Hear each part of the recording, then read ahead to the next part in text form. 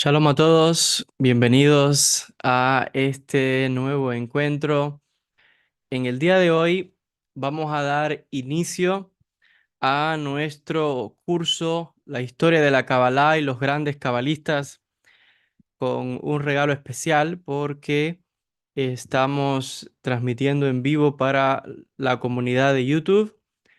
Tengo pensado que esta primera clase, además de ofrecerla a mis estudiantes en la escuela, también la voy a ofrecer a gran número de audiencia que tengo en el canal para animarles a aquellas personas que todavía no se han animado a apuntarse al curso o aquellos que no saben que ya tenemos una escuela, el Instituto de Estudios Cabalísticos Rabbi Shalom Sharabi, desde aquí, desde Jerusalén, Israel.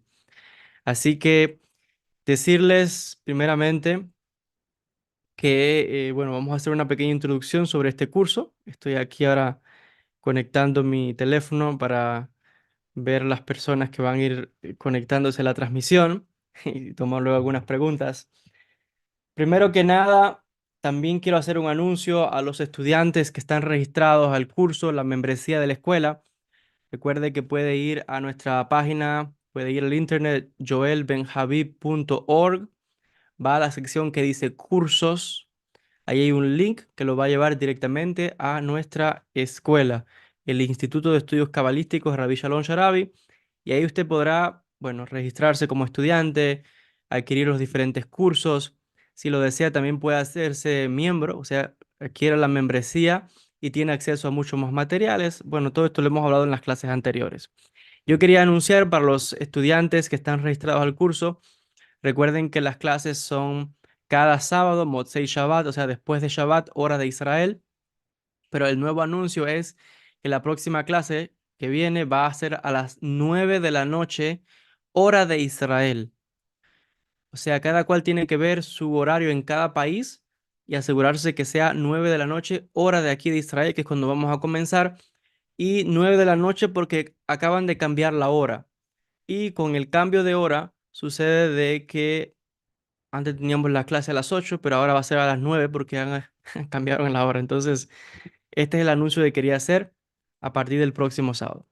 Ahora sí, ya les voy dando la bienvenida a este curso que inicia en el día de hoy, Historia de la Kabbalah y los grandes cabalistas. En esta primera clase vamos a ver los orígenes de la Kabbalah, los diferentes grupos místicos, textos principales de los cabalistas. Decirles que este es un curso que vamos a desarrollar en 8 clases, donde, decía, vamos a ver desde la época de los profetas, luego la época del templo, los diferentes místicos de esa época, los esenios de Qumran, las diferentes comunidades, textos principales, Sefer Yetzirah, Sefer Bahir, todo esto. Vamos a ver luego el desarrollo de la Kabbalah con las comunidades de Babilonia, luego las comunidades de España, de Sefarad, Rabí Abraham Abulafia, había una clase dedicada a él, los grandes cabalistas de Girona, la aparición del Zohar, los movimientos místicos hasídicos, pietistas, por ejemplo, específicamente el movimiento del siglo XIII con el Azar de Worms. Vamos a hablar de luego del exilio en España, Portugal, de Sefarad, las comunidades judías y la comunidad de Safed, con los grandes cabalistas Rabbi Moshe Cordovero, Rabbi Isaac Luria. Y luego vamos a hablar también del movimiento hasídico con el Baal Shem Tov y luego la Kabbalah en tiempos modernos. Todo esto lo vamos a ir desarrollando en las diferentes clases. En la clase de hoy específicamente, les decía, es una introducción. Vamos a hablar de los comienzos del misticismo judío. Vamos a hablar de la época de los profetas de Israel, el misticismo de la Merkabá, mesianismo, los esenios, entre otros temas. Pero antes que nada, vamos a comenzar con una definición de qué es Kabbalah, porque se habla tanto de Kabbalah, Kabbalah, pero bueno, ¿de qué estamos hablando? Primeramente, hay que comenzar con una definición o explicación de la palabra Kabbalah. Vamos a mostrarlo acá en la pizarra para que tengamos una idea de qué estamos hablando. Cuando hacemos referencia a la Kabbalah, de qué se trata, le llaman el misticismo judío. Pero esto va mucho más allá. Esos son los términos que usan los académicos. Términos bonitos, pero vamos de verdad a hablar desde la tradición judía. ¿A qué hacemos referencia cuando hablamos de la Kabbalah?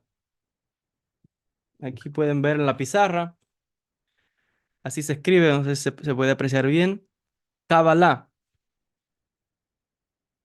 viene de un término en hebreo, un verbo kabal o lekabel, si le agregamos la lamed al principio de la palabra, ¿verdad? ¿Qué significa? Algo que se recibe, algo que se recibe. Hace referencia a una enseñanza que, como la palabra dice, no puede ser recibida sino que alguien te lo entregue. O sea que directamente está haciendo referencia a una enseñanza, un conocimiento que se transmite de un maestro al discípulo. No se aprende Kabbalah porque alguien tome un libro y comience a leer. Esa persona no tiene Kabbalah porque Kabbalah hace referencia específicamente a la tradición judía y específicamente la tradición mística.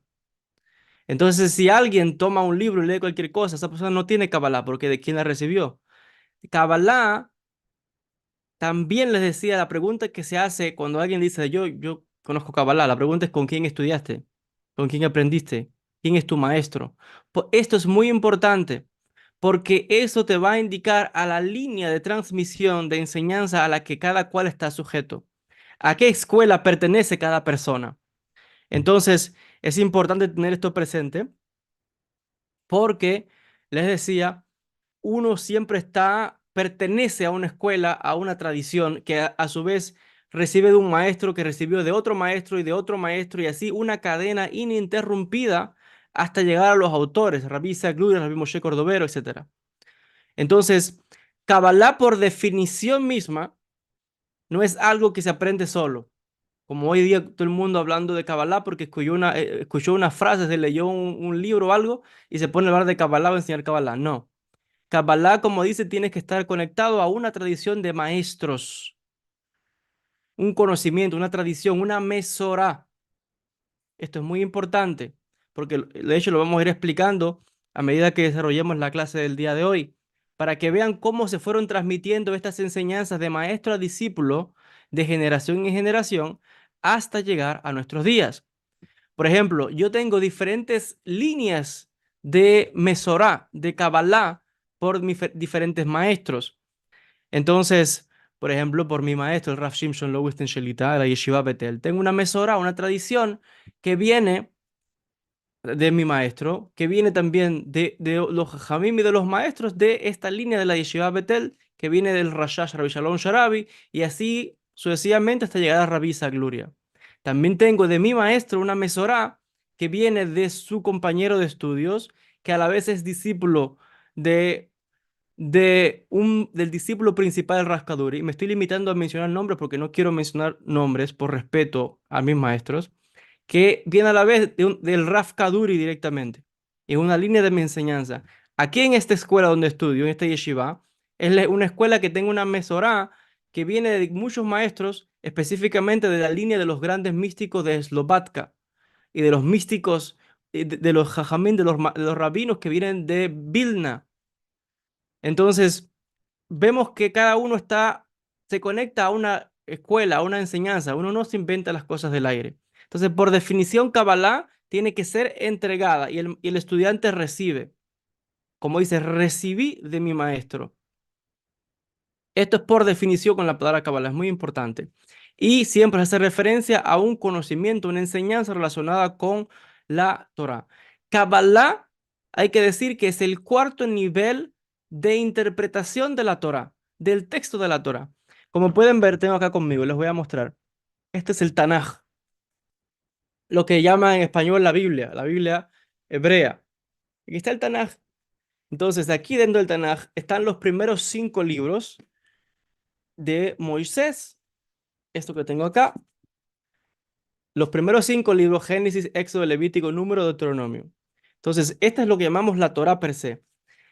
Decimos entonces que la Kabbalah es el cuarto nivel de interpretación de la Torá, que lo llamamos el Sod, porque nosotros en el judaísmo tenemos 4 niveles de interpretación del texto bíblico. Vamos a explicarlo.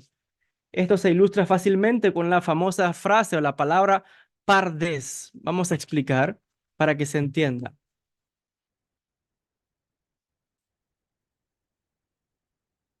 ¿Qué es pardés? Vamos a ver acá, explicar.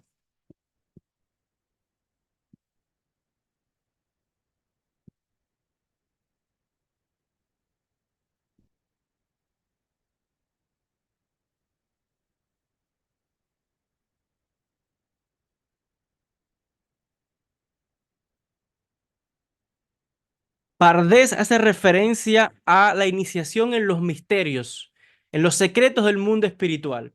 Entonces tenemos acá, pueden ver, Pardés es un acrónimo, un acróstico de estos niveles de interpretación del texto bíblico.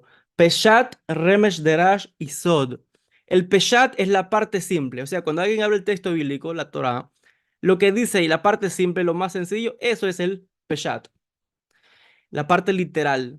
Luego tenemos el remes, que es la alusión. Luego tenemos el derash, que son derivados. Y tenemos el sod, que es el cuarto nivel, que el sod se conoce también como Kabbalah. Entonces, Kabbalah realmente es el estudio de la Torá, del texto bíblico. Eso es lo que es Kabbalah. El Zohar es todo comentarios al texto bíblico. La base de todo es la Torá, pero hay niveles de profundidad para entender los textos. Analizamos letras, analizamos palabras, gematria, todo eso ya es la Kabbalah, que es el cuarto nivel. La Gadá está acá también, las parábolas, todo esto, pero son cuatro niveles. El cuarto es el Sod, la Kabbalah. Entonces, cuando hablamos de Kabbalah, estamos hablando de esto, de la parte oculta, de los misterios del texto bíblico, de lo que llamamos la Torá o el texto de la Biblia. A este respecto, teniendo presente o teniendo claro a qué estamos haciendo referencia, hay que decir que, o preguntarnos realmente, ¿cuál es el objetivo de estudiar la Cábala? ¿Para qué sirve la Cábala? Bueno, alguien va a decir, ay, la Cábala, qué lindo, cómo me gusta, me emociona, o la Cábala me hace ser mejor persona, me hace ser mejor ser humano, me conecta con Dios y conozco misterios y wow, todo eso. Excelente. Todo eso es cierto. La Kabbalah nos ayuda con todas estas cosas que acabo de describir. Pero el objetivo fundamental de una persona que estudia Kabbalah es lograr el nivel de la profecía, convertirse en un profeta, porque la Kabbalah no es más que la heredera de las enseñanzas de los profetas del pueblo de Israel. ¿Cuándo concluyó? Y vamos a explicarlo ahora para que vean la línea de transmisión y vuelvo a repetir para que vean la importancia del maestro. ¿Cuándo concluye la línea de enseñanza de los profetas? Ya no hubo más profetas como en los tiempos antiguos. Ellos pasaron enseñanzas ocultas a diferentes sabios, a diferentes discípulos, y así estas enseñanzas es lo que llamamos Kabbalah, porque recibimos de los profetas una tradición, una enseñanza, una mesorá, que es lo que llamamos tradición. ¿Y qué incluye eso? Todos estos secretos del texto bíblico, del texto de la Torá, etcétera. Entonces, a este respecto, les decía, el objetivo fundamental de una persona que estudia Kabbalah es convertirse en profeta, adquirir la profecía. Sea que lo logre o no es otra cosa, pero que sepan que ese es el objetivo fundamental. Cualquiera que abra el texto bíblico verá que en la antigüedad existían escuelas de los profetas. Lo dice claramente así, la escuela de los profetas, hijos de los profetas. O sea que los judíos de los tiempos antiguos íbamos a aquel que, digamos, que tenía una vocación, que tenía un cierto desarrollo espiritual, iba a una escuela para convertirse en profeta. Hay que estudiar. Un judío que no estudie está perdido totalmente. Para nosotros el estudio es fundamental, porque ahí está el avance del desarrollo, del segel, de todo con el estudio. Y la profecía se estudia también. La espiritualidad hay que estudiar también y ponerla en práctica. Ojo, no se queda ahí. Hay que poner en práctica lo que aprendemos. Entonces, en la antigüedad había escuelas donde la gente iba, los judíos iban a estudiar lo que calificaban, lo que no es cualquiera, que calificaban y eran aceptados allí. Ojo con esto, eran aceptados. Entonces, bueno, comenzaba una serie de preparaciones, mikve, ayunos, rezos, vestimentas de blanco, purificación, todo esto. Tenían que irse a una cueva, a una montaña, 21 días por tal lugar, en una... Todo eso lo dice, está en el texto del Tanaj, lo que llamamos la Biblia otra vez.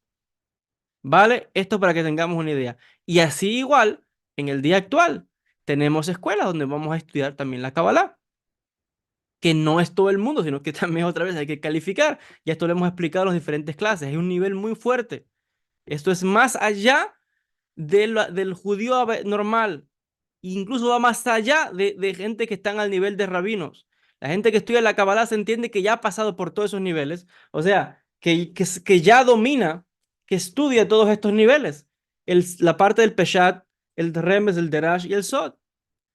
Nadie salta, pum, hasta el Sod, al secreto, y descarta todo esto. No, hay que estudiar Torah, hay que saber la Biblia, hay que saber las leyes, todo esto hay que saberlo. Porque lo que sostiene el Sod es el Peshat, la parte simple. Y para entender esto hay que empezar por aquí. Si no, la gente no entiende nada. Entonces, ojo, todo esto es importante. Porque todo esto es Kabbalah, todo esto es Mesorá. Otra vez, para enfatizar, para que vean la importancia, aquí estamos hablando las cosas como son. Las cosas tienen que ser explicadas cómo van. Ahora, ¿cómo se conocía a los Mekubalim en los tiempos antiguos? Porque hay que explicar algo importante. En la antigüedad no se conocía lo que llamamos hoy Kabbalah, no se llamaba así. Los cabalistas se le daban también otros nombres, había diferentes definiciones. Este término Kabbalah se vino a ser más popular o se vino a aceptar para hacer referencia específica a la mística judía en la época medieval. Pero hacia el siglo XII y anteriormente, hasta la época del Talmud, la época antigua, no se hacía referencia a Kabbalah únicamente a lo que llamamos hoy el misticismo hebreo o a la parte del Sod de los misterios. No.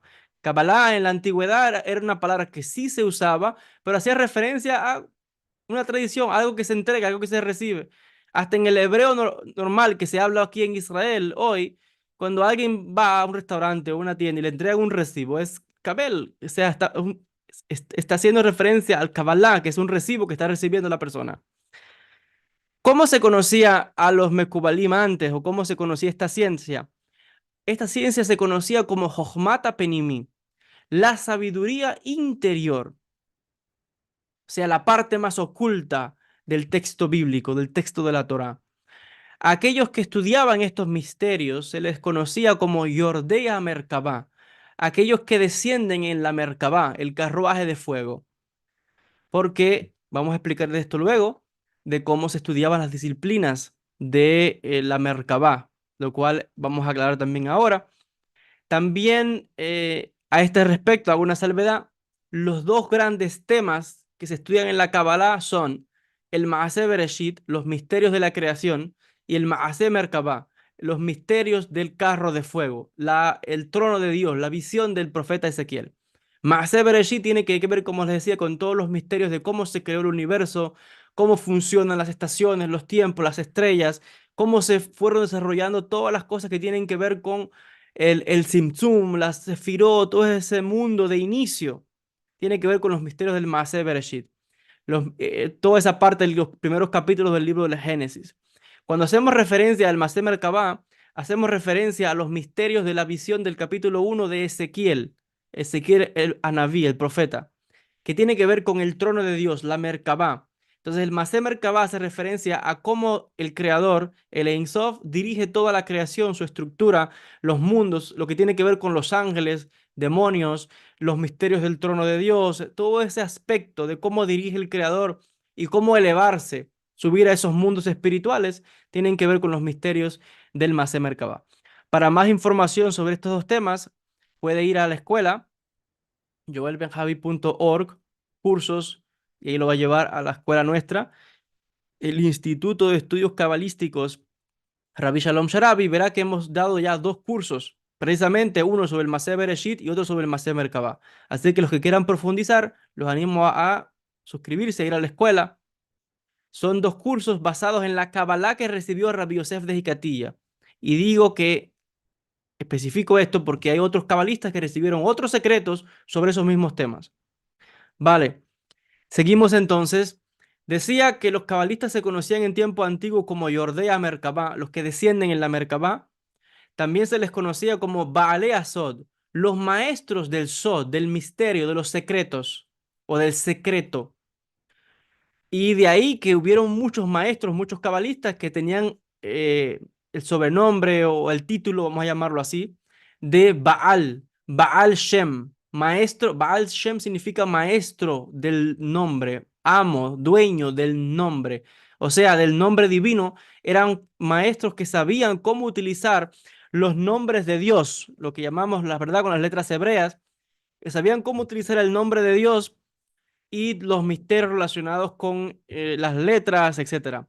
Y de ahí que tenemos a grandes figuras, por ejemplo, como Joel Baal Shem, Israel Baal Shem Tov, entre otros grandes Mekubalim, que en la opinión de Rabbi Aryeh Kaplan, él dice que había una sociedad secreta, que al líder de esa sociedad secreta judía de tiempos antiguos se le daba el título ese. Una vez que había dominado todos estos misterios y secretos, se le daba el título de Baal Shem, o sea, era amo, dueño, sabía los secretos y misterios del nombre de Dios. Y parece ser que el último líder de esa sociedad secreta fue el Baal Shem Tov en el siglo XVII, XVIII, si no me equivoco, cuando, bueno, se convirtió en el líder del movimiento hasídico. A este respecto, les decía, se les conoce o se les conocía o se les conoce también a los Mekubalim con el título de Anshei Emuná, los hombres, la asamblea de los hombres de fe, creyentes. Entonces, vemos que habían diferentes títulos. Uno de estos nombres era Dorshei Reshumot, los que interpretan los textos, porque otra vez recuerden, la Kabbalah no es más que el estudio del texto bíblico, pero en el nivel místico, en el nivel del Sod. No es más que el cuarto nivel. Todos son importantes, que nadie se piense que se salta a los demás. Un cabalista de verdad sabe todos los niveles. Entonces, la Kabbalah no es más que el cuarto nivel, la parte más profunda. Ojo con esto, y por tanto es interpretar el texto bíblico, las historias bíblicas. Eso es lo que es la Kabbalah, para sacar significado, ir profundo, ver la aplicación de estas enseñanzas. Otro de los títulos con los que se conocían los cabalistas y se conocen es Maskilim.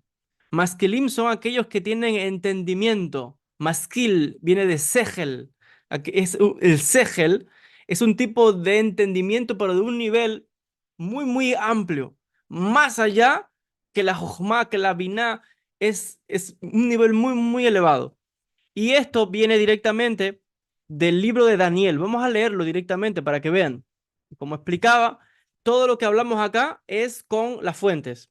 Y aquí venimos a estudiar, a ir a las fuentes, a los textos, tal y como hacemos en el judaísmo. Vamos a leer del libro de Daniel para que vean de dónde se sacó ese título para los cabalistas. Libro de Daniel, capítulo 12.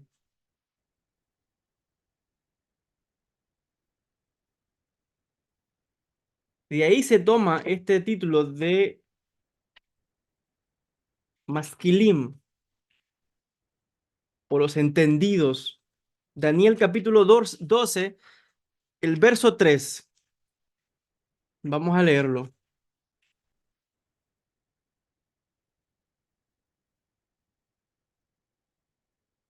Miren cómo dice. Aquí tengo el Tanaj. Dice así. Dice, Beamaskilim yazhiru kezehar harakia umatzdiqei harabim kakochabim leolam vaed. Vamos a explicar. Dice, Beamaskilim yazhiru. Dice, los entendidos brillarán. Dice, que Zohar Arraquía, como el esplendor del firmamento de los cielos. Ojo, dice Zohar, que significa esplendor, esplendor del firmamento. Umstiqei harabim. Y dice, aquellos que hacen sede, que hacen a las multitudes, que enseñan a las masas, que enseñan al pueblo. Dice, Kakohavim, serán como las estrellas, con ese tipo de esplendor, de brillo. Leolam Baed, eternamente. Entonces vemos en el principio la frase o la palabra maskilim, los entendidos, los que tienen conocimiento de los misterios, de los secretos más profundos. Esos son el título que se le da a los cabalistas, los mekubalim.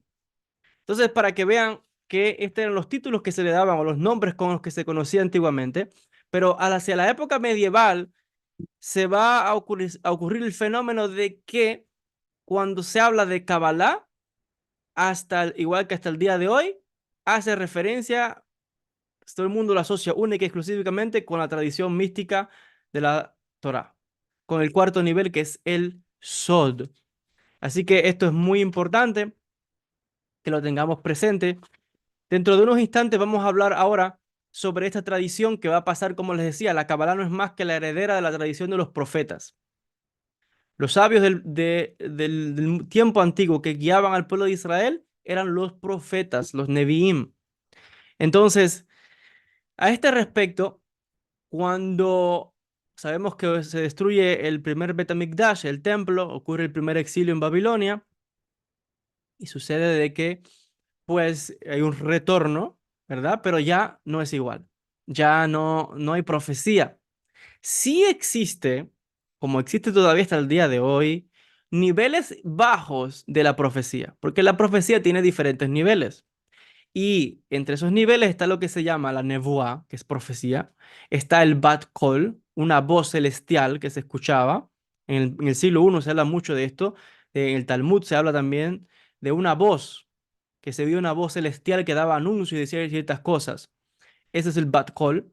Y está también lo que se llama Ruach HaKodesh. Ruach HaKodesh es lo que se traduce en castellano como el Espíritu de Santidad o Espíritu Santo. Entonces, la persona que recibe este espíritu es una persona que está recibiendo una parte pequeñita de lo que es profecía. Ojo, no es profecía, no es profeta como en tiempos antiguos. No hay profeta hoy como Isaías, Jeremías, Yirmiyahu, no hay. Pero sí, ojo, hay Ruach HaKodesh. Y por todas las épocas hasta el día de hoy, en el pueblo judío siempre ha habido grandes rabinos, grandes cabalistas que han tenido Ruach HaKodesh y que han escrito libros con la inspiración del Ruach HaKodesh. Por ejemplo, el Zohar HaKadosh, el Sefer Yetzirah, Sefer Bahir y tantos libros de la Kabbalah que sabemos que los sabios del pueblo de Israel han, bueno, brindado con la ayuda del Eterno al pueblo, a la nación. Entonces, a este respecto, hay que entender otra vez que cuando desaparece la época de los profetas, regresa el pueblo de Israel con Esdra a Sofer, Esdras el escriba y Nehemia, son los líderes del pueblo. Y ellos también dejaron algunos libros, también por Ruach HaKodesh, que hasta el día de hoy los estudiamos y forman parte de lo que llamamos el Tanaj, la Biblia hebrea. Y a este respecto, muchas de las enseñanzas de los profetas se perdieron, pero otras sí se preservaron y pasaron de forma oral a diferentes maestros y diferentes sabios. Como les decía, los últimos tres grandes profetas que dejaron enseñanzas fueron Malachi, tratando de traducirlo al español, Malaquías, Zacarías y Ageo. Hagai, Malachi en Zeharia, en hebreo. Zacarías, Malaquías y Ageo fueron los tres últimos profetas que dejaron una tradición, que esta tradición va a pasar. Les decía, cuando llega Esdra y su grupo, se forma lo que se llama Anshea Knesset Haggadah, los miembros de la gran asamblea, son los grandes sabios del pueblo judío, que luego se va a dar paso a lo que llamamos el Sanedrín, eran hombres de gran jojma, de gran sabiduría, y vamos a tener que hacia el siglo I va a aparecer pues una línea ya más estructurada, porque, bueno, les decía, en el judaísmo tenemos una línea, una genealogía desde acá hasta Moisés directamente. Porque si la Kabbalah no es más que el estudio de la Torá en la parte secreta, entonces la Torá fue revelada con Moisés, con Moshe Rabenu. A este respecto, tenemos, y les voy a mostrar una pequeña genealogía para que vean cómo se transmite la Kabbalah entonces hacia el siglo I, quiénes fueron las principales figuras, los principales rabinos, los principales hajamim, los principales cabalistas del siglo I.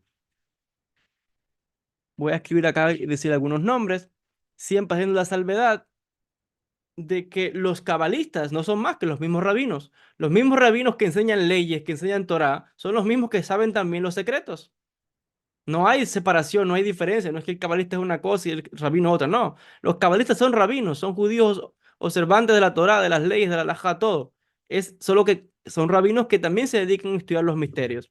Hasta el siglo I tenemos una línea de escuela muy importante, comenzando por el gran rabino Hillel Azaken, Hillel el anciano, tan famoso por el Pirkei Avot, cuando se habla del rabino Hillel. Rabí Hillel va a tener muchos discípulos, pero entre sus principales discípulos hay dos grandes o destacados. El número uno, por excelencia, brillante, genio de la Torá, más grande de los discípulos de Rabí Hillel, va a ser Rabí Jonatán ben Uziel. El rabino Jonatán ben Uziel.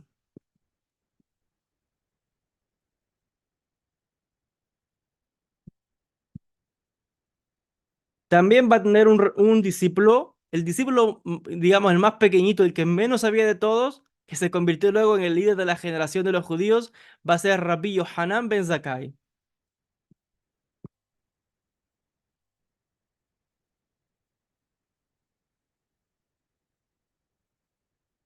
Rabbi Yohanan ben Zakkai va a tener un discípulo que va a pasar a la tradición, y este se va a llamar Yoshua ben Hananía.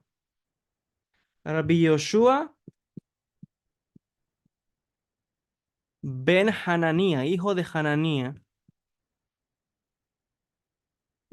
Este va a tener un discípulo que se va a llamar Rabbi Akiva. Rabbi Akiva tendrá un discípulo llamado Rabbi Shimon Bar Yochai. Así que aquí pueden ver toda una línea, una genealogía de cómo se transmitieron las enseñanzas secretas de la Torá de maestro a discípulo. Estamos hablando aquí en el siglo I. Toda la genealogía desde tiempos actuales hasta Moisés las tenemos. Esta es otra clase para escribir tantos nombres. Pero para los que es curiosos y quieran aprender más, Rabbi Moshe ben Maimónides, el sefaradí, él, el Mishneh Torah, trae toda la genealogía completa, desde Moisés, pasando por Josué, la época de los jueces, los profetas, todo, hasta toda esta genealogía hasta el tiempo actual. Entonces, estos rabinos que ven estos nombres acá eran los líderes del pueblo judío, pero además de ser rabinos y maestros de las leyes de la halajá, eran también conocedores de la Kabbalah, porque el cabalista, para nosotros el cabalista está en un nivel muy, muy, muy grande y tiene que saber todo, toda la Torah, todos los libros, toda la ciencia, para que vean cómo se estudia en el judaísmo. Todo, un rabino de grande, de verdad, tiene que saber tener conocimiento de todas las ciencias. Si no, nadie lo acepta en el mundo judío. En el mundo judío la gente es muy, muy estudiada, muy preparado todo el mundo. Entonces, siempre hay que tener, se espera mucho, mucho del maestro. Tiene que tener muchos conocimientos de todos los que han escrito todos los sabios en todas las épocas. Y en este tiempo se sabían todo de memoria, ve al P. Hay que entender algo muy importante, es que en esta época nada era escrito, todo era oral. Lo único que te permitía estar escrito era la Torá. Luego, con la destrucción del templo, del segundo templo, en las diferentes revueltas del pueblo judío contra el Imperio Romano, del año 66 a 70, o a 73 si contamos la revolución que hubo en Masada, y luego la segunda revuelta judía contra Roma, del 132 al 135 contra el emperador Adriano. Entonces, con tantas matanzas y muertes de rabinos, de estos líderes que les acabo de mostrar, que murieron y fueron masacrados muchos de ellos, hubo la necesidad de poner por escrito esta sabiduría para que no se perdiese. Y es cuando hacia el año 204 aproximadamente de nuestra era, el líder del pueblo de Israel en ese momento, Rabbi Yehuda Anasí, el príncipe, va a ser nuestro maestro, este gran rabino, quien decide junto con un grupo de Jamim, de los sabios de ese tiempo, y ponen por escrito lo que vamos a conocer luego como la Mishnah.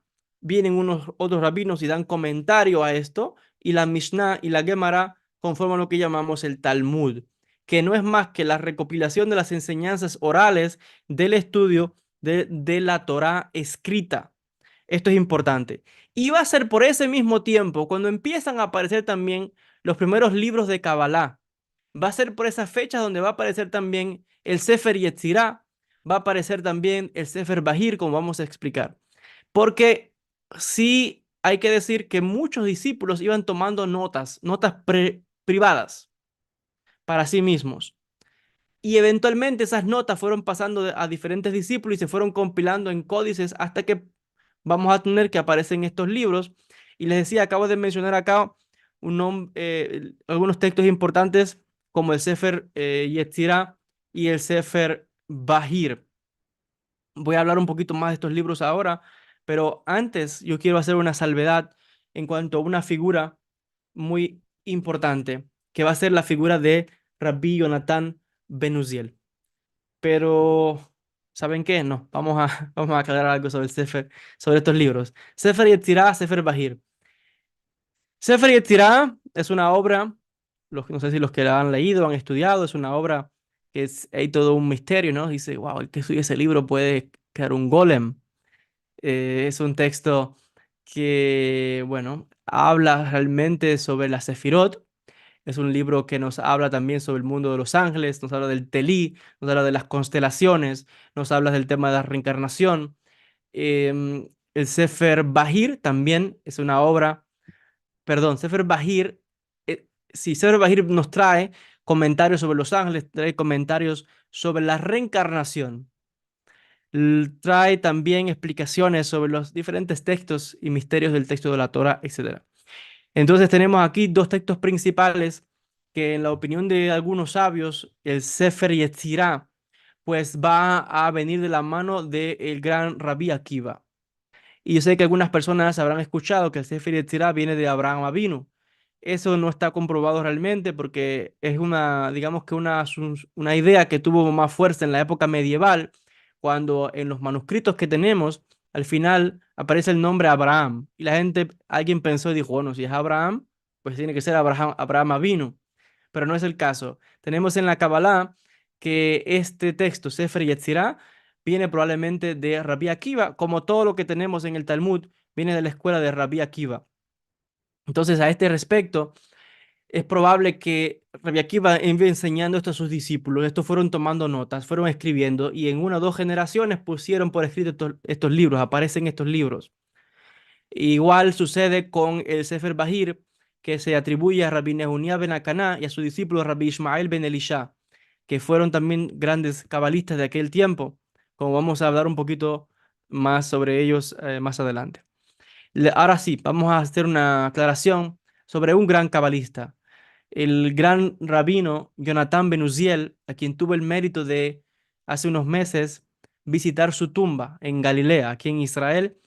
Estuve en su tumba, es un sitio con una energía muy, muy especial. Quizás por estos días pueda subir algún video a las redes sociales.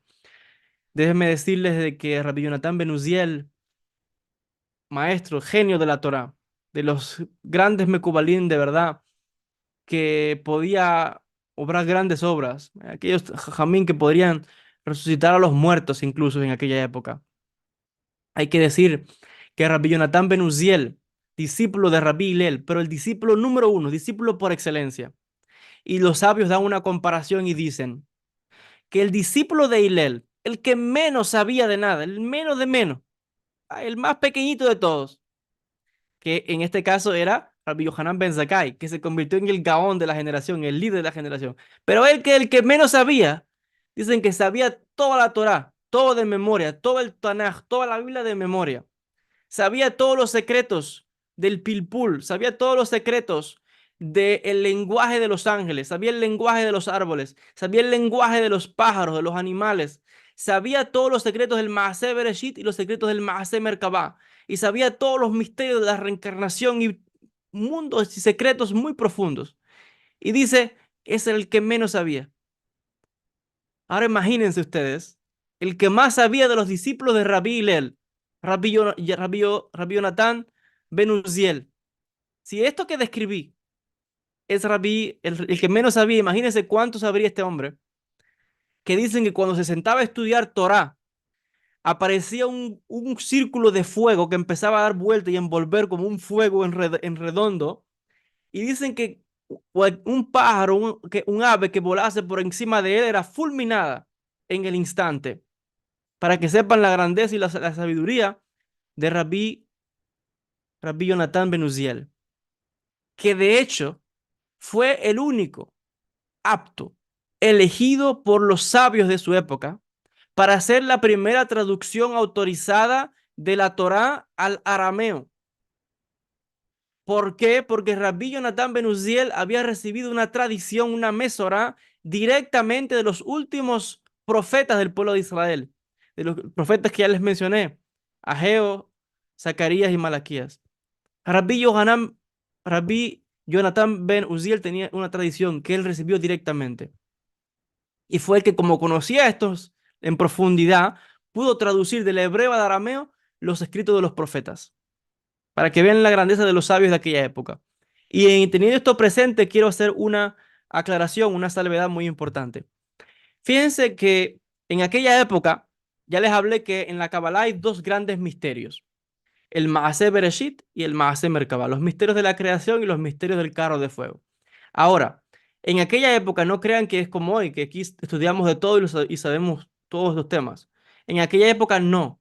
En aquella época había escuelas que estudiaban solamente Maaseh Bereshit, pero no sabían secreto del Maaseh Merkabah. Y había escuelas que estudiaban Maaseh Merkabah y no sabían Maaseh Bereshit. Entonces eran escuelas independientes. ¿Y qué sucedía? Que había personas que iban a estudiar en la academia, digamos, de Rabbi Hillel y estudiaban, por ejemplo, esto es un ejemplo, estudiaban Masé Bereshit, pero si querías aprender Masé Merkabah, tenías que ir a otra academia, tenías que ir a la academia de Rabbi Nehunia Ben Akana, por ejemplo. Y así es como seguían formando discípulos que, pum, sabían del otro, y así fueron, y luego creaban sus escuelas. Pero había, por eso para que vean, eran mesorá, tradiciones, enseñanzas que iban recibiendo cada cual por diferentes grupos, hasta que eventualmente todo esto se fue unificando. Pero en un primer comienzo era así. Por eso, incluso hasta el día de hoy, nadie, y siempre lo aclaro a cada rato, nadie tiene un solo maestro, único y exclusivo. No.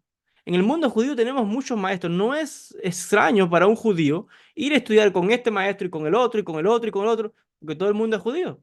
Entonces yo aprendo de esta escuela y aprendo de diferentes sabios. De la Kabbalah tengo mi maestro, pero para estudiar Torah aprendo de cierto maestro, de aprender Gemara o Talmud o diferentes temas aprendo de diferentes sabios. Tenemos muchos maestros que son expertos. O sea, uno va a ir a ver al que sabe o que es experto en diferentes áreas para especializarse en todas las ramas, pero no hay un solo maestro que uno siga a ciega. No, uno tiene que aprender de todos. Sabio es el que aprende de todos los diferentes maestros. Y luego ha recibido, luego puede unificar para seguir luego enseñando a otras personas. Esto es importante aclararlo. Y Rabí Jonatán Ben Uziel era de los grandes Jajamim de aquel tiempo. Yo mencioné, fíjense, nombres importantes. Mencioné a Rabí Akiva, mencioné a otros Jajamim. Y en cuanto a Rabí Akiva, ustedes seguro que han escuchado la famosa historia de los cuatro que entraron al Pardés. ¿Recuerdan este relato? El Pardés, para aquellos que no saben qué es el Pardés, bueno, Pardés es una palabra persa, no es una palabra hebrea, y hace referencia, se le traduce como paraíso, pero no es correcta esa traducción. Paraíso no es una palabra correcta, más bien Pardés es una palabra que transmite la idea de jardín, como por ejemplo el jardín del Edén, es como un Pardés, pero cuando hablamos en la Kabbalah, Pardés no significa esto, Pardés significa el mundo de los secretos, de los misterios. Entonces, habrán escuchado la famosa historia de los cuatro que entraron al Pardés. ¿Quiénes eran estos cuatro? ¿Qué pasó? ¿Qué es una historia tan importante en la Kabbalah? Bueno, eran, se habla de estos cuatro sabios, se recoge la historia en el Talmud, haciendo referencia a quién: Rabbi Akiva, Ben Azai, Ben Zomá y el Aher, que es Rabbi Elisha Ben Abuya, ese es su nombre real. Entonces, esa es la famosa historia de estos cuatro sabios que entraron en una especie de técnicas meditativas, porque otra vez recuerden, el pardés hace referencia a entrar en una especie de estado meditativo en el cual el maestro de la Kabbalah quiere otra vez adquirir la visión que tuvo el profeta Ezequiel. Por eso decía al principio, el objetivo de la Kabbalah, de todo cabalista de aquella época y de hoy, es esa visión del trono de Dios, de la Merkabah, de subir a los cielos como se describe Rabbi Akiva, Rabbi Ishmael, que dejaban el cuerpo, empezaban a utilizar nombres de Dios, Shemot, y utilizaban estos nombres como mantras, y empezaban a repetir una y otra vez estos nombres, después de muchos ayunos, mikve, todo eso, y experimentaban que su Neshama salía, subía a los mundos espirituales, se encontraban con ángeles, y así tenían que vencer diferentes obstáculos hasta subir y ver la visión del trono de Dios, de la Merkabah, y recibir secretos y misterios espirituales. Entonces sabemos que Rabí Akiva, que sabía toda la Kabbalah, toda la Torá, todo lo que sabemos viene de Rabí Akiva, que se ha comparado incluso al nivel de Moshe Rabenu. Dicen los Jamim, enseñan nuestros libros, los sabios, que fue uno él de los cuatro que se dice que entraron al Pardes, y fue el único que salió bien de esto, porque la Kabbalah tiene algo. La Kabbalah, si no tiene la persona una guía, un maestro, una dirección, y sabe cómo operar en este mundo, puede pasarle a la persona lo que le ocurrió a estos cuatro. ¿Qué pasó? ¿Recuerdan los nombres? Ben Azai, Ben Zomá, el Aher, que es Rabí Elisha Ben Abuya, y Rabbi Akiva. Uno acabó loco, otro muerto, otro se convirtió en hereje apóstata, y uno entró en paz y salió en paz, Rabbi Akiva. Entonces, esto es lo que puede pasar a una persona que entra, o sea, entra en el mundo de la Kabbalah y quizás por inexperiencia, por muchos deseos, por subir demasiado, por lo que sea, hay muchos factores acá, puede pasarle así, porque cuando descubres tantos secretos y te das cuenta de lo que hay detrás de la realidad, y te das cuenta de todas las cosas que suceden en este mundo y cómo opera todo, si no tienes un clic fuerte, te puedes volver loco, literalmente, loco de remate. Entonces, esto es una de las situaciones que el clic de la persona no aguanta, ¡boom! Y acaba loco. Con otra persona puede pasar, depende de qué tipo de cabala esté estudiando. Se entra como mucha gente hoy, cabala más y todo ese tipo de cosas. Y sucede de que no está listo, ¡pum! Puede acabar muerto. Ya esto lo explicamos en una clase. Entras a temas y a energías que no sabes, ¡pum! Puedes perder la vida. Y el ajer, que es Rabbi Elisha Ben Abuya, Rabbi Elisha Ben Abuya se convirtió en hereje, en apóstata, porque lo que él vio lo interpretó mal y pensó que eso que él vio en esa visión era lo que era y no es. Entonces, acabó hecho un hereje. Ese es el problema de la gente que otra vez estudia Kabbalah sin un maestro, habla Kabbalah, como yo siempre dije en los cursos que dimos por acá, los que están en la escuela. Cuando uno lee los libros de Kabbalah y habla de cosas, y siempre digo, no tomen nada literal. Y la gente se aferra a lo que está escrito. No, no tomen nada literal. Tienes que tener un maestro para que te explique los códigos. Porque los libros de los místicos están escritos en código. ¿Para qué? Para, como se vieron forzados a escribir, si el libro cae en manos de una gente que no lo merece, no puede entender lo que se está hablando. Y incluso a veces dan cosas falsas o para confundir, para que este conocimiento que es tan preciado no caiga en manos equivocadas. En las manos correctas, con el maestro correcto, la persona puede entender. Y de ahí la importancia de un maestro que tenga una transmisión, una cadena de maestro a discípulo, que recibió el código este y el otro y el otro y así de generación hasta el día actual.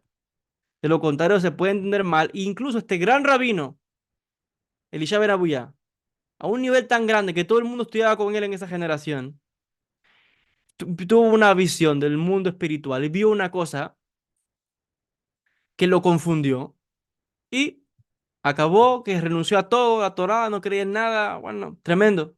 Y era un genio. Tanto conocimiento, ¿para qué? Para acabar hecho un ateo, básicamente, como te encuentras muchas personas hoy, académicos, investigadores, científicos, y también estudian la Kabbalah, pero no creen en nada, son ateos, no guardan Torah, no creen en nada, entonces, la persona atea. La Kabbalah también tiene ese tipo de cosas que puede ser peligroso. Pero ¿qué pasó? Rabí Akiva fue el único que entró, dice, en paz y salió en paz.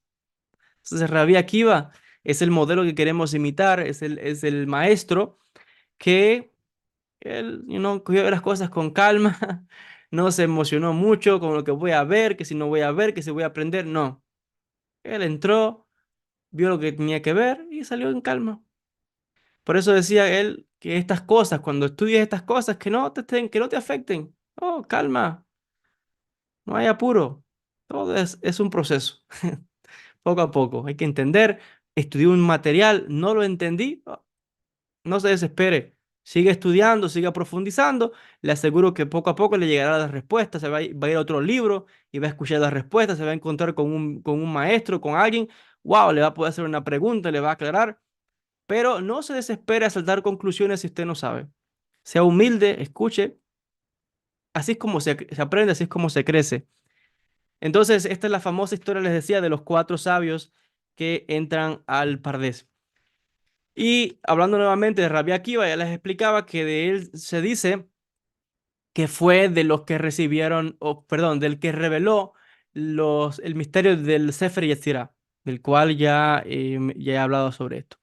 También quería decir algo importante en cuanto a Sefer Bahir, mencioné dos nombres, Rabbi Nehunia ben Akaná y Rabbi Ishmael ben Elisha, Cohen Gadol. Esta es otra línea de Kabbalah, porque Rabbi Nehunia ben Akaná también era uno de los grandes sabios de aquella época a un nivel muy grande, pero muy grande. Pero él venía de una línea de Kabbalah diferente, de una escuela diferente que él recibió una Mesorá, una Kabbalah de sus maestros también. Entonces aquí yo les mostré una línea que viene con Rabbi Hillel, pero también hay otras líneas de místicos que tenían secretos en aquella época. Uno de ellos era Rabbi Nehunia ben Akaná, un sabio del cual se beneficiaba también Rabbi Akiva y los grandes hajamim de la época, incluso de Rabbi Yonatán ben Uziel. Entonces Rabbi Nehunia otra mesorá. Por eso yo les decía, igual que hoy día, hoy en el mundo judío, estamos los sefaradíes. Entonces los sefaradíes también tenemos diferentes, una mesorá diferente. Los que vienen de Siria, los que vienen de Alepo, los que vienen de Egipto, los que vienen de Damasco, etcétera. Entonces hay diferentes líneas de enseñanza de los diferentes sabios. Y luego están los judíos ashkenazíes que vienen de las diferentes escuelas, el hasidismo, Vilna, Slovatka, diferentes escuelas. Y son líneas de Kabbalah, de enseñanzas de Mesorá. Y entonces aquí vemos que en la época antigua era igual. En el caso de Rabbi Nehunia ben Akaná, que fue el que pasó los misterios del Maaseh Merkabah a su discípulo Rabbi Ishmael. Y hay un libro, Pirkei de Rabbi Ishmael, donde él narra cómo su Neshama salió del cuerpo y cómo subía a los mundos espirituales, a los siete cielos, y las visiones y encuentros con seres espirituales, con los diferentes ángeles, tal y como se narra en el caso de Rabbi Ishmael. Ahora, algo importante también que quiero enfatizar a este respecto es lo que llamamos la literatura que surge en esta época del Maaseh Merkabah. Sobre esto vamos a hablar en la clase siguiente, en la clase número 2 de este curso, pero brevemente quiero tocar sobre este aspecto, la disciplina del Maaseh Merkabah. ¿Qué hace referencia a este tema? ¿Qué es el Maaseh Merkabah? Como ya explicábamos, los Pirkei Halot, cómo se habla. Bueno, recuerden que aquí estamos haciendo referencia, cuando hablamos de Masé Merkabah, a disciplinas o a técnicas de meditación para ascender los diferentes grados espirituales, los diferentes cielos, las diferentes dimensiones espirituales en la Merkabah, como una forma de subir, como alguien que se injerta, que va subiendo de niveles espirituales y a través de estas disciplinas la persona se apega a lo que llamamos el árbol de la vida, el Etz Haim, y conoce cómo operan los misterios de las estructuras de las jerarquías de los ángeles, cómo dirige Dios todo, la providencia divina, el Ein Sof, todos estos misterios van relacionados con el Masé Merkabah, que también tiene que ver con técnicas de meditación, nombres de Dios, etcétera. Esto es importante aclararlo a este respecto. ¿Qué podemos agregar también? Ya hablamos del Sefer Yetzirah. Hablamos de la visión de Ezequiel, de cómo el objetivo de los cabalistas, tanto antiguos como hoy, es tener un nivel paralelo o experimentar la visión del trono, la visión de la Merkabah del profeta Ezequiel. ¿Por qué? Porque Ezequiel era un profeta y el objetivo del cabalista es convertirse en profeta, es el objetivo máximo. un profeta, un naví, y todo lo que eso implica. Niveles de kedushá, de santidad, de devoción, de apego a la Torá, a la observancia, todo esto.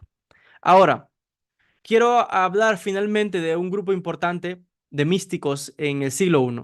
Hago referencia a los esenios, a los místicos de la comunidad de Qumran. Vamos a hablar de quiénes eran este grupo de judíos. Yo decía que es un poco gracioso, como hoy te encuentras a veces en YouTube y alguna gente que dicen, yo soy esenio, y se ponen a inventar y hacen videos y sacan libros y son tonterías. Esto es para hartarse de risas porque te das cuenta que son personas que son ignorantes totalmente.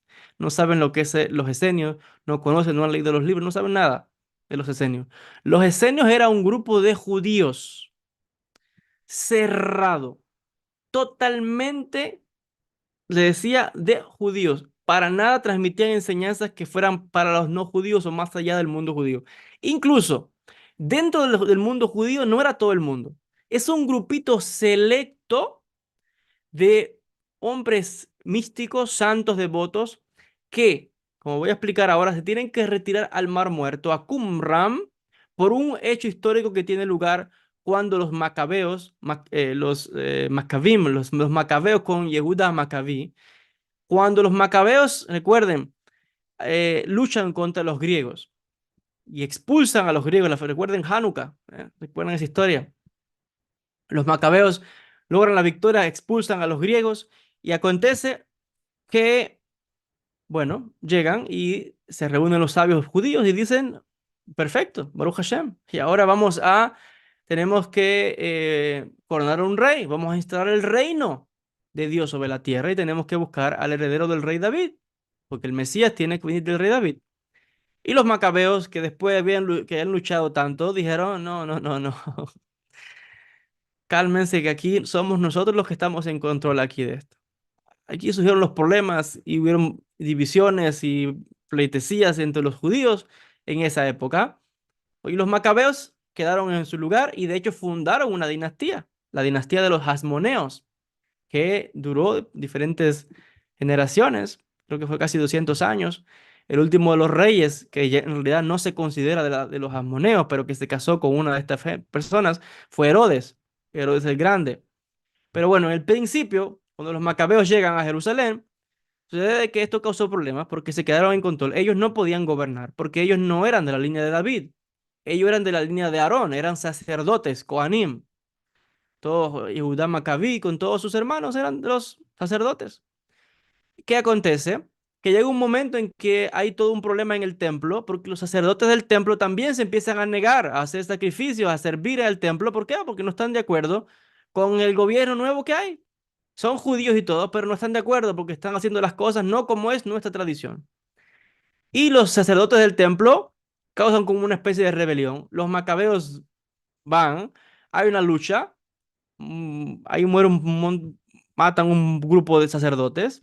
O sea, hay judíos entre judíos, hay una guerra ahí. Y los macabeos matan un grupo de sacerdotes que se rebelaron, que crearon problemas ahí.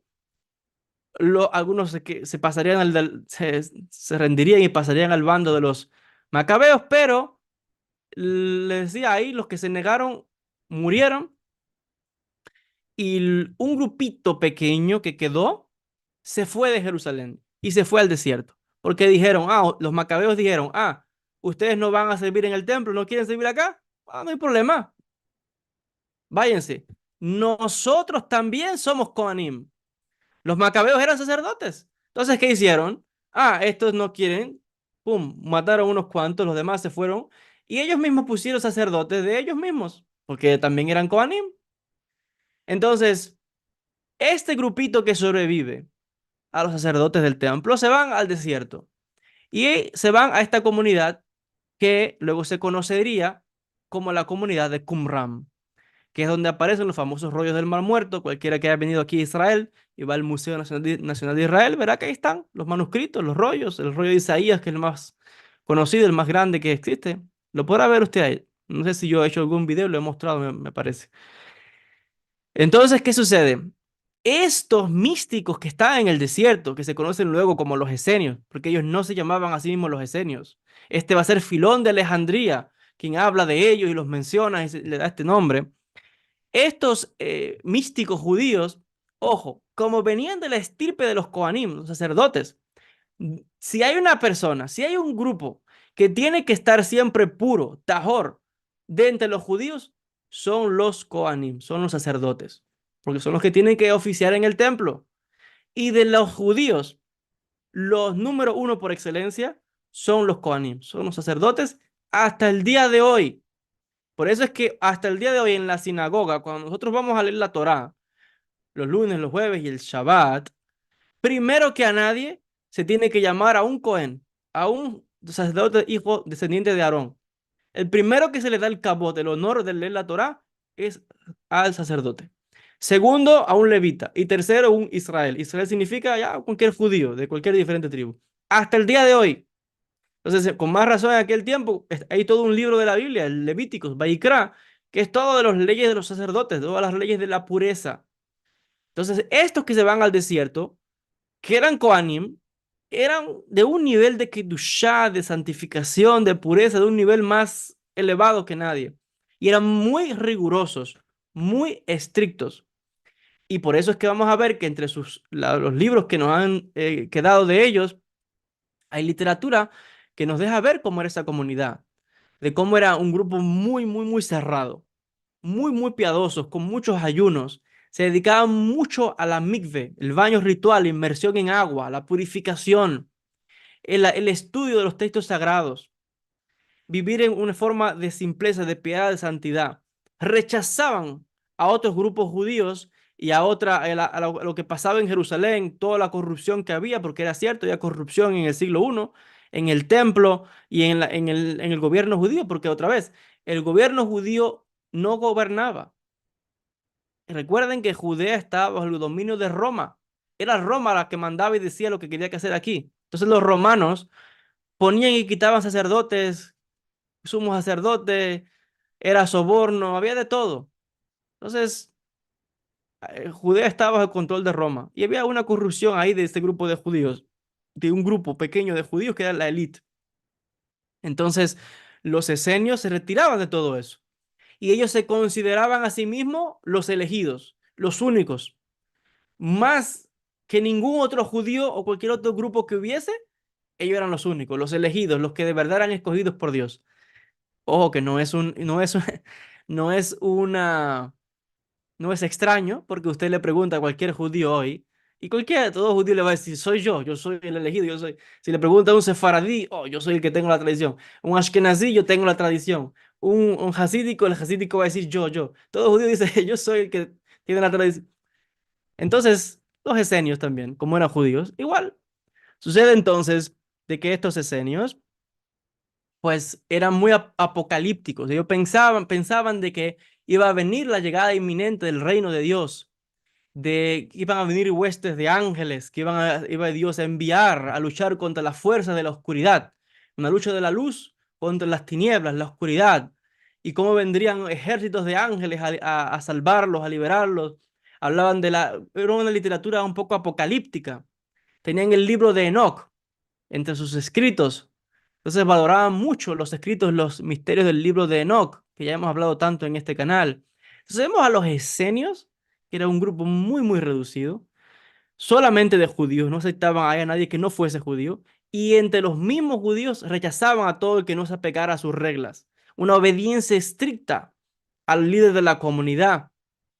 Entonces vemos que era un grupo muy, muy, pero muy cerrado, que cuando ocurre la primera revuelta judía contra Roma en el año 66 al 70, que hay toda la destrucción del templo, Jerusalén, toda esta gran masacre, los esenios también son masacrados. Entonces es destruida la comunidad. ¿Qué pasó con ellos? Bueno, los que no fueron muertos por la espada escaparían, tuvieron que huir lo más lógico con los demás judíos, que en algún momento se van a reagrupar luego en Yavne, que es donde va a funcionar luego el Sanedrín, con Rabbi Yohanan ben Zakkai, que es el que va a escapar de Jerusalén. Toda una historia le decía cómo escapa de Jerusalén con los rollos de la Torá.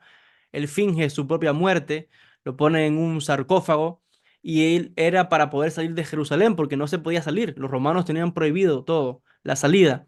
Y para salvar los rollos de la Torá, Rabbi Yohanan Ben Zakkai finge que muere, lo ponen en un sarcófago con los rollos de la Torá dentro. Cuando lo van a sacar fuera de Jerusalén, los romanos van a inspeccionar y con espadas comienzan a punzar el sarcófago. Y tiene la suerte Rabbi Yohanan Ben Zakkai de que no le pasa nada. Increíble esta historia. Y es así como él sobrevive, escapa y salva los rollos de la Torá y se establece luego la corte judía nuevamente en la ciudad de Yavné, en Galilea, aquí en Israel.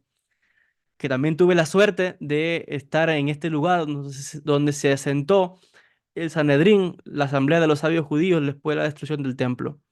Entonces vemos que los esenios de Qumran desaparecen con la destrucción de Jerusalén, porque los romanos no solamente destruyen Jerusalén, acaban con todo el país entero, masacrando, dando muerte. Y los que sobrevivieron se tuvieron que ir luego con los demás judíos. Y es como muchas de estas enseñanzas también pasan dentro de la sabiduría de los sabios, de los diferentes místicos, hasta el día actual tenemos ahí enseñanzas.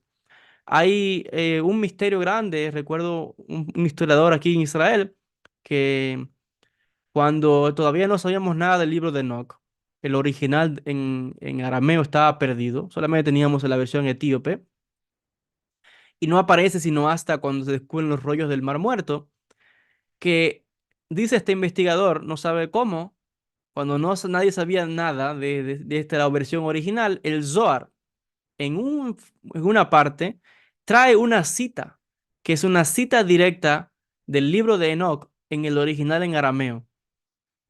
Esta es la opinión del profesor Moshe Idel, lo explica en una de sus conferencias. Entonces, él no, los investigadores, Gershom Schoen tampoco sabe, son los que se estudian la historia de la Kabbalah, no saben cómo el Zohar, una obra que aparece en la época medieval en España, tiene una copia, un fragmento pequeño, pero del libro de Enoch, exactamente cuando se comparó la copia del fragmento que cita el Zohar, y se comparó con lo que se encontró en Qumran, encajan a la perfección. Entonces los historiadores estaban perplejos. ¿Cómo? Pensaron que se había perdido el texto. ¿Cómo es que aparece Rabbi Moshe de León en España con una copia exacta en arameo cuando en ninguna otra parte del mundo nadie tenía esta copia? Es uno de estos misterios. Pero eso también les deja ver algo. En la Kabbalah, aunque no todo esté publicado, sí hay libros, pero están ocultos. Si hay enseñanzas que se pasan de forma oral, si hay conocimientos, rollos y pergaminos hasta el día de hoy que los cabalistas mantienen ocultos solamente entre los iniciados, sus discípulos, las diferentes escuelas, que no están en las manos de todo el mundo. Los investigadores, los historiadores que están fuera del mundo de la Kabbalah, los de la academia, los de la universidad, no son cabalistas, están fuera. Ellos tienen que observar, pero no saben nada, no son cabalistas. Pero cuando ven estas cosas y ellos que hacen arqueología y todo esto, no entienden. Claro, porque es que todavía hay manuscritos, hay textos ocultos, enseñanzas secretas que han pasado por muchas generaciones. Y es increíble esto que el Zohar tiene esta copia, le decía. Esto lo escuché de una conferencia del profesor Moshe Idel. En una de sus conferencias hablaba sobre esto. Bueno, hasta acá la clase del día de hoy. Gracias a todos por esta atención. Voy a tomar algunas preguntas, dos o tres preguntas breves para las personas que quieran comentar algo. Primeramente, agradecer también a bueno, tenemos casi 300 personas, 265 personas, bien ahora hace un momento, que están conectadas en vivo a esta hora, así que los animo más bien a todas las personas que están viendo la clase a que se registren para el curso de este curso que hemos iniciado en el día de hoy en nuestra escuela, porque solamente estamos dando acá la primera clase por YouTube, las demás clases van a estar en la escuela. Vayan a mi página joelbenjavid.org, a la sección de cursos. Ahí está el link que lo va a llevar a nuestra escuela, el Instituto de Estudios Cabalísticos Rabbi Shalom Sharabi, aquí desde Jerusalén, Israel.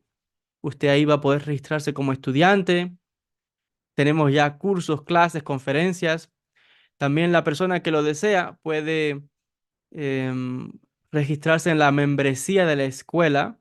Recuerden que ya aclaré, la membresía de aquí de YouTube, yo quité todos estos privilegios, solamente dejé lo más básico para la persona que desea de su corazón apoyar el canal. Pero yo animé a todos más bien a que vayan a la escuela y se suscriban a la membresía de la escuela porque allí van a tener muchos más beneficios, clases, cursos, todas estas clases semanales en vivo por Zoom.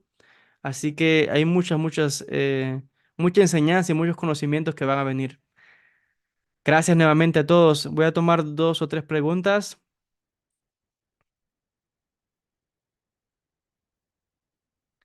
Se conoce, dice pregunta Silent Trigger. Se conoce de mujeres cabalistas también que llegaron al máximo de profetas. A ver, que sepamos, solamente en el texto bíblico se habla de una mujer, que es Débora, Débora la profetisa. Es la única mujer que sabemos que tenía, se le llama así, que es la profetisa, Débora. Luego, no tenemos en la literatura, digamos que muchas mujeres, no significa que no las hubiese, es probable que sí hubiese muchas mujeres, pero que han quedado más ocultas, han quedado más en el anonimato, como tantos también cabalistas que no sabemos, porque prefirieron estar ocultos.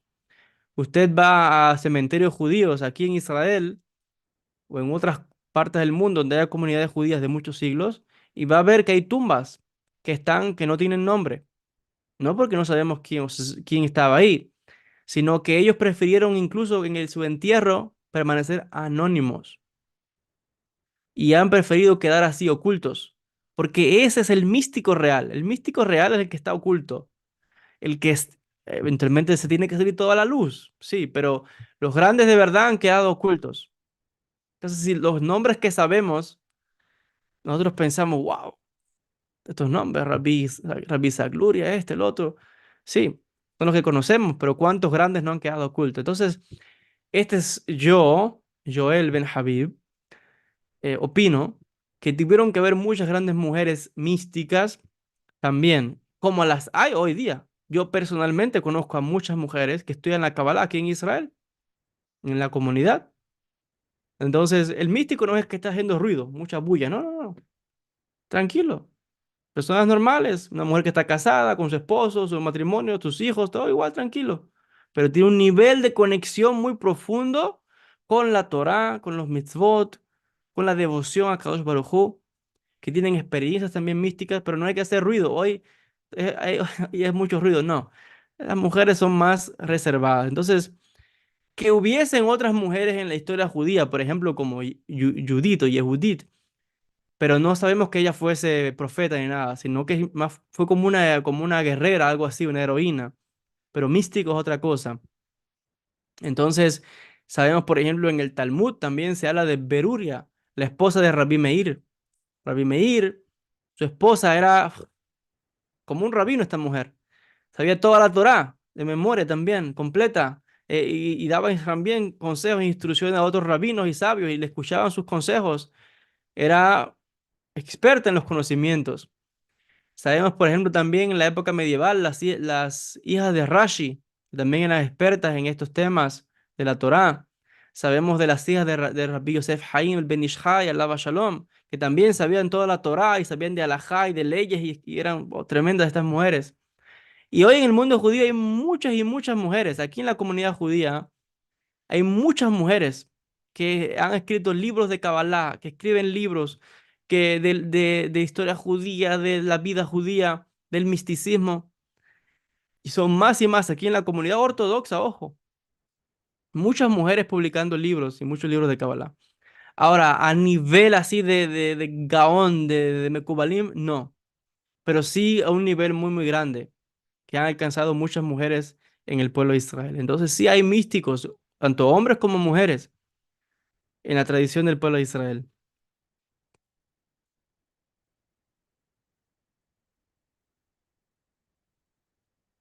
A ver,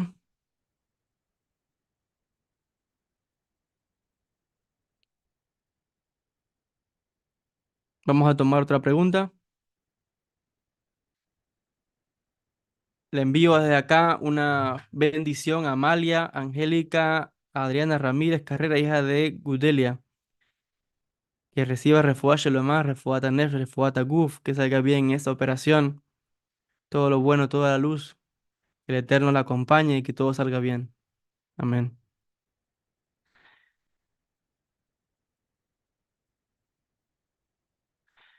Una pregunta dice,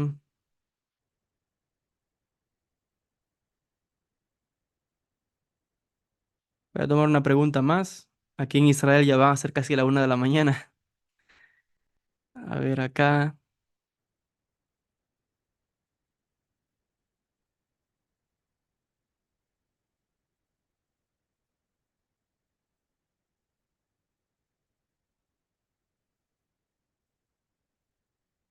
Las personas que están preguntando por las clases tienen que ir a la escuela, como les decía.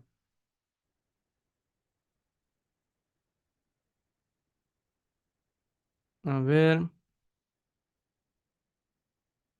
Y aclarando acá dudas, la persona que se inscribe en la escuela, la membresía, en la academia, ahí puede estudiar a sus ritmos, tiene acceso indefinido para todo lo que quiere estudiar cuando quiera, las clases quedan grabadas, queda en su cuenta, todo, puede tomar notas, cuántas veces ve la clase, cuántas veces quiera, todo queda automático ahí.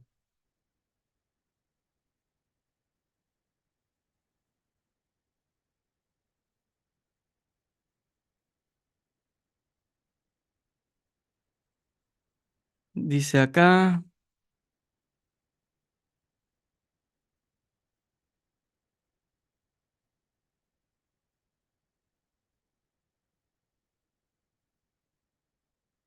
estoy viendo aquí muchos comentarios, buscando alguna pregunta para dar respuesta. Sí, la persona que me dice si que vaya a la tumba de Rabbi Jonathan Ben Uziel, ya estuve en la tumba de Rabbi Jonathan Ben Uziel, he estado en su tumba y he grabado vídeos. Entonces, si Dios quiere, a lo mejor en esto pronto lo voy a publicar.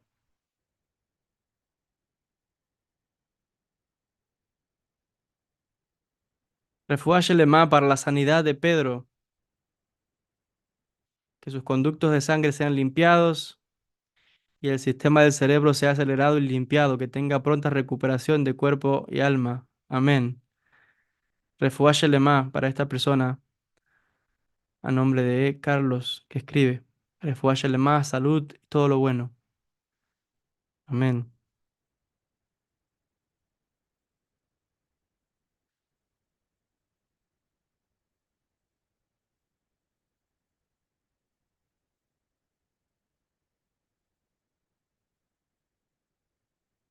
Me escribe aquí también otra persona, Valeria, hija de Pedro.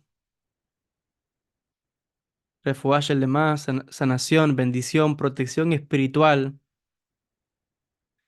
que esté protegida siempre por el Eterno, que envíe sus santos ángeles y la protejan, la libren de todo mal.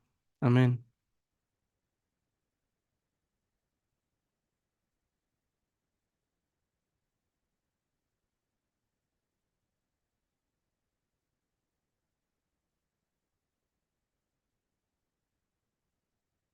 También darle la bienvenida a las personas, bueno, que han estado enviándose de acá. Muchísimas gracias.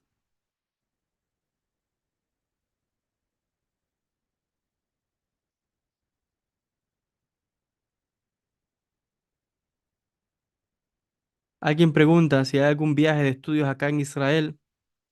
Déjenme decirles que esto es algo que he estado conversando con mis maestros de Kabbalah.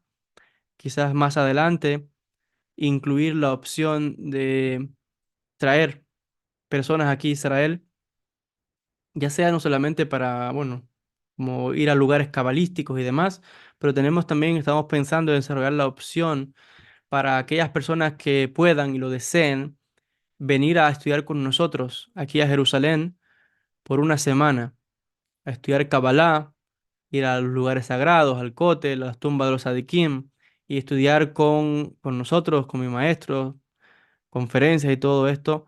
Es algo que hemos pensado, estamos desarrollando otra vez, pero ahora por motivos, bueno, todo el tema de la guerra y todo, pero eventualmente, si Dios quiere, quizás para el año que viene, vamos a ver. pero es algo que lo hemos venido pensando.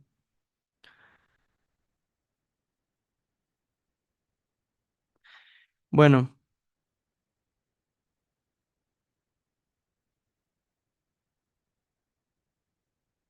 a Yamila, que dice, ¿cómo encontrar el propósito de la vida? ¿Cómo puedo saber cómo servir a Dios y ayudar a sus semejantes? Primeramente, de esto ya hemos hablado mucho en mi canal. Esta es la última pregunta que voy a responder, ya es tarde acá. Ya he hablado de esto mucho en el canal. Ya he hablado mucho del propósito de vida, de la importancia. Más que propósito de vida, hay propósitos en plural. Porque cada etapa de la vida de una persona, uno tiene que completar diferentes ciclos. Uno debe aprender diferentes cosas, debe ir desarrollándose. En la vida, la persona no puede desesperarse pensando de que el propósito es algo que ya puedo agarrar. No, así no funciona. No hay que desesperarse de nada, porque usted cuando piensa que no está cumpliendo su propósito, en realidad sí está cumpliendo parte de él, porque ahí también está aprendiendo. El propósito de algo es cuando hay una utilidad para algo, sino cuál es el propósito. ¿Cuál es el propósito de este micrófono si no es para amplificar mi voz? ¿Cuál es el propósito de este, verdad? Si no es para usar el ordenador. ¿Cuál es el propósito del ordenador si no es para que ustedes me puedan ver? Entonces, el proceso en sí ya es estar en el propósito. Entonces, aquellas personas que piensan, oye, yo estoy perdido, yo no conozco, yo no sé qué hacer, yo no estoy... No, usted sí está en el propósito. Porque el hecho de que esté pensando ya en que tiene que, wow, un propósito, yo tengo valor, tengo utilidad, he venido para algo a este mundo, ya eso es una indicación que la persona tiene un grado de despertar espiritual, tiene un grado de conciencia más elevada. Ya es una indicación de que la persona en ese momento está en su parte o en ese proceso de despertar de la conciencia, de despertar espiritual. Entonces, nadie imagine que el propósito es correr como loco. Ahora voy a estudiar Kabbalah, o voy a hacerme doctor, o voy a hacer esto, voy a hacer cosas. No, no, no. Eso no es propósito. Eso es correr así como loco, hacer cosas. No. Propósito es entender cuál es mi función o mi utilidad, mi valía ahora, en la situación donde estoy. ¿Qué enseñanza estoy extrayendo de lo que me está pasando ahora en mi vida? Está sin trabajo una persona, está feliz, está en un matrimonio, está en un tal país, está viajando, donde sea que usted esté, piense por un momento.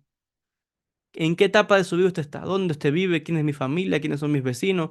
¿Qué conozco? ¿Qué me gusta? ¿Qué no me gusta? ¿Cuál es mi religión? ¿Qué? Todo eso. Piénselo en un contexto. Y vea qué es la utilidad de todo eso y para qué le sirve a usted de forma personal. Hay gente que después de pasar un tiempo en esto, sigue en su camino a otro. Se divorcian, pasan a otra relación, a otra religión, a otro conocimiento, otro trabajo, no sé. Pero en el momento donde usted está donde debe estar. Porque de ahí usted está extrayendo una lección, porque si está pensando ya, significa que está aprendiendo, que está encontrando valía y está llevándolo a pensar y reflexionar más allá. Entonces, todos estamos en un proceso, no todos los procesos son iguales. No todo el mundo tiene que estudiar Kabbalah, no todo el mundo tiene que ir al judaísmo, no todo el mundo tiene que... No, hay muchos caminos. La neshama de una persona le va a decir, la inclinación de su neshama le va a decir dónde usted debe estar. Están los que se sienten atraídos al judaísmo, quieren ser judíos o se convierten al judaísmo, son judíos, o el que se siente atraído a otro camino espiritual, no sé, la persona tiene muchos caminos. Entonces, cada cual debe estar en el camino donde sienta que está cumpliendo con o está en un estado de paz interior. Shalom, Apenimim. La paz interior de la persona, donde sea lo que sea que usted está haciendo, usted se siente bien, realizado en lo que está haciendo. Si es barriendo la calle, si es haciendo el pan, si es de doctor, si es en su comunidad religiosa, donde usted esté, usted se siente bien, usted está progresando, usted está aprendiendo, usted está elevando su nivel de conciencia. Entonces yo le digo que usted está cumpliendo el propósito de su vida en ese momento. ¿Por qué? Porque eventualmente, hay, como dije, hay propósitos o ciclos. Un ciclo o un propósito, por ejemplo, es cuando alguien estudia una carrera, se graduó, ahora pasa. a la parte práctica. Estás en una relación, tienes hijos, eso es parte de tu propósito. La pareja que tienes, los hijos que tienes, cómo desarrollas tu vida, todo eso es parte de lo que esa persona y nadie más. Cada persona tiene su camino, su línea a aprender, lo que vino aquí a aprender a rectificar. Y nadie piense que en una vida se arregla todo y se aprende todo. Imposible, porque el que dice eso es Dios. Sepamos que todo ser humano tiene un crecimiento de potencial infinito. Quiere decir que en otra reencarnación la persona va a venir y va a decir lo mismo. ¿Cuál es mi propósito? No se desespere. Viva la vida, trabaje como crezca como ser humano. Por eso es que siempre enfatizamos, la gente cree que hay que ser algo extraordinario, que el propósito de la vida es una cosa extraordinaria, lo más raro del mundo. No, es lo más sencillo. Como enseñamos en el judaísmo, en la religión judía, pues enseñan otros caminos espirituales también. Ser mejor persona, trabajarse éticamente, mejorar en las cualidades, dejar de ser egoísta, rencoroso, gente que pelea todo el tiempo y trabajar más bien por la paz, por la unidad, por la hermandad, por mejorar éticamente mi vocabulario, mi educación, trabajar y desarrollarse espiritualmente, hábitos de tefilá, de rezos, de conexión con Dios, conmigo propio, con mi propia neshama, cómo soy mejor padre, mejor hermano, mejor hijo. Uno sabe, wow, tengo que mejorar. Esa es la vida. Ese es el propósito. El propósito de la vida es venir aquí a vivir la vida y todo lo que esto abarca. Transformar este mundo en un lugar de bien, se llama el Tikkun Olam. Entonces no es una cosa extraordinaria que estamos buscando perdidos. Voy a ir al otro lado, al Himalaya, a buscar el propósito de vida mío que está perdido en las montañas. No, el propósito de vida está ahí, en que usted está vivo. Donde usted está, ahí está cumpliendo una función. Alguien me va a decir, uy, pero ¿dónde estoy yo? Tremenda la vida que me ha tocado. Enfermedades, pobreza, problemas de salud. Quiero hacer esto y no puedo y no sé qué. La, la, la. Bueno, déjeme decirle. Esto sonará fuerte, pero es la realidad. Cada neshama y cada persona viene a este mundo y todo lo que uno pasa, tiene que esa persona pasar por todo, porque ahí está el crecimiento. Como una persona, el otro día vi una frase, no la tengo ahora, ojalá que la pudiera, no sé si la puedo buscar y si quisiera leerla acá, porque es muy, muy inspiradora en cuanto a esto, porque habla de cómo alguien que pide a Dios, alguien que está pidiendo al Creador, emuná, a ver si lo tengo acá, para traérselas, para que vean qué enseñanza tan importante. Y con esto vamos a ir cerrando. A ver,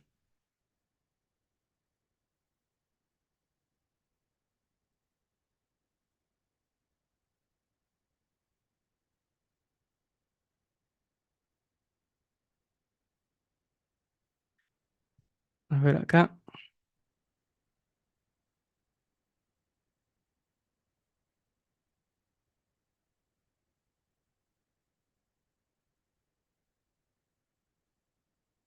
Básicamente, a ver si lo tengo aquí, lo encuentro.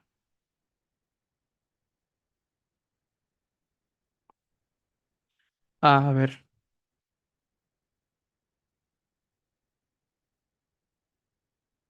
Bueno, básicamente habla de una persona que le pide a Dios, al Creador, que le dé fe, por ejemplo, emuná. ¿Cómo Dios te va a dar emuná?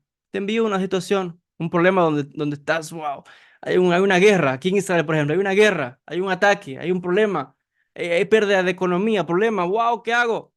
Ahí se pone a prueba la fe de una persona. ¿Quieres fe?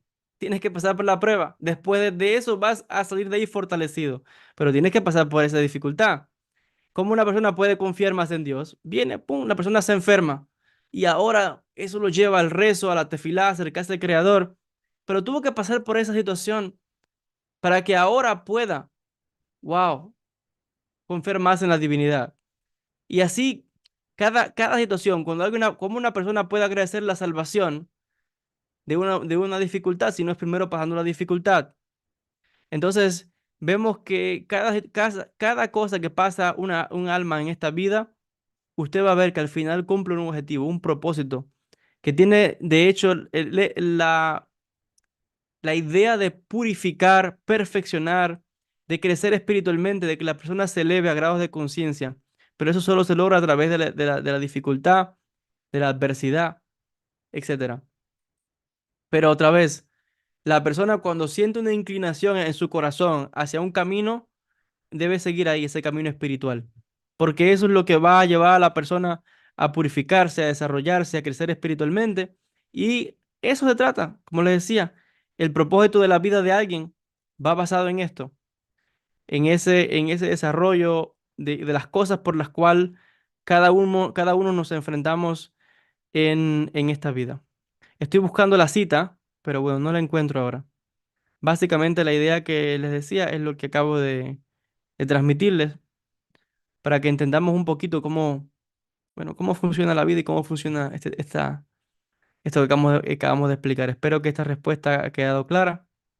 Con esto vamos a ir cerrando la clase del día de hoy. Con el favor del Eterno, enviarles mucha luz, muchas bendiciones a todos. Aquí en Israel ya es la 1 de la mañana. Es un poquito tarde para mí. Luz, bendiciones para todos desde la Tierra Santa, desde Jerusalén, Israel. Shalom y bendiciones. Shalom a todos.